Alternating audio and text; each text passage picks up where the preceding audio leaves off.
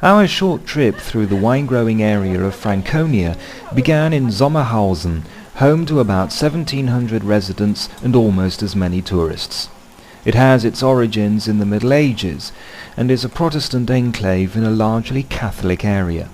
It is also the birthplace of Franz Daniel Pastorius, the founder of Germantown, Pennsylvania.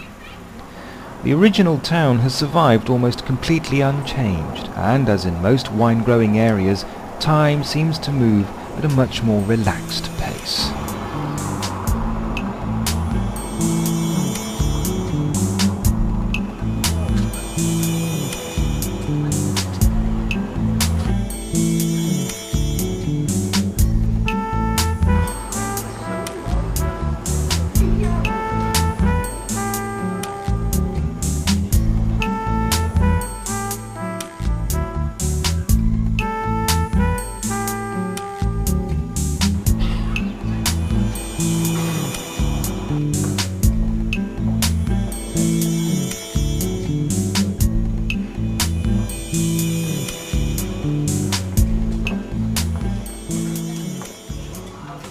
Now, here's a nice idea.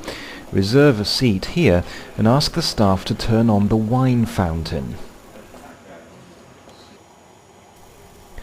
Sommerhausen's relaxed atmosphere attracts a large artistic community, and while we were there, the town happened to be holding its pottery festival. There's something here for all tastes, whether you prefer something a bit modern, or perhaps a little more traditional, or just simply plain cute.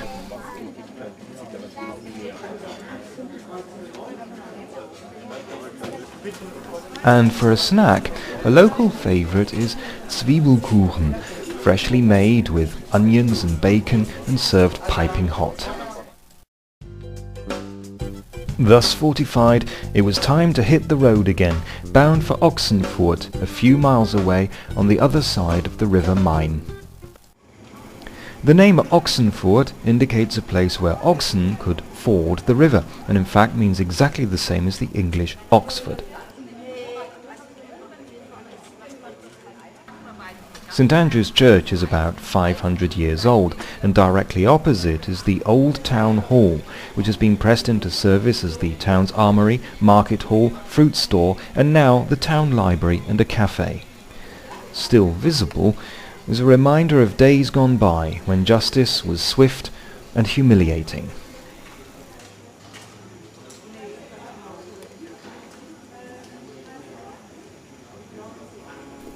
The main street, currently undergoing extensive maintenance work, leads from here to the new town hall, built in 1515 by somebody with an interesting taste in exterior decoration.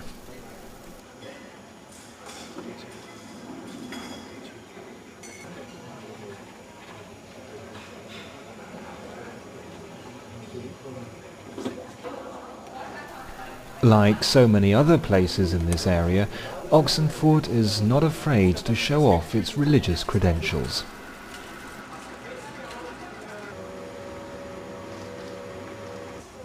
Typical of the area are the shady, narrow streets. The medieval town walls are almost completely intact, and Ochsenfurt is today home to about 11,000 people, many of them working in the local sugar factory.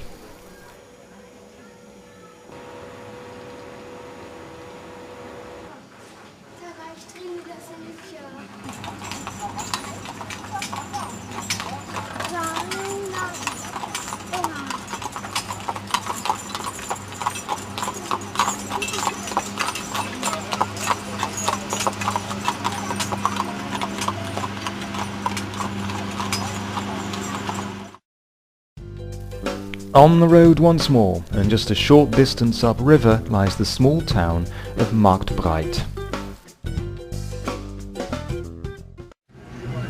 Driving through the towns and villages in this area isn't recommended. Built between the banks of the Main and the vineyards, these settlements didn't have much room. It only takes one person to stop for directions to bring the whole place to a standstill. At a little under 4,000 residents, Marktbreit isn't large, but was very important. This gatehouse spans a brook called the Breitbach, which serves as a natural moat. Just inside the gate is the surprisingly fine town hall, part of the same building, dating from about 1600.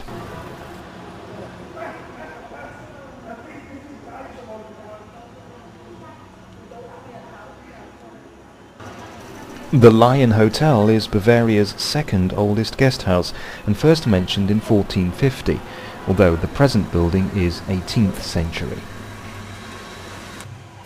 This pair of very fine houses is a sign of the town's former considerable wealth, unusual given its size. The main reason for this is its position at the southernmost point of the River Main, a major trade route. It provided relatively easy access to another trade route, the Danube, making this an important trading post. Sadly, this advantage was lost with the advent of the railways. The generous marketplace is dominated by a small palace built in 1580 by royal councillor Georg Ludwig von Seinsheim. He died childless, so the palace was inherited by another branch of the family who wasted their newfound riches and ran up huge debts, impoverishing the town in the process. Marktbreit does have one claim to fame. It is the birthplace of a famous psychiatrist.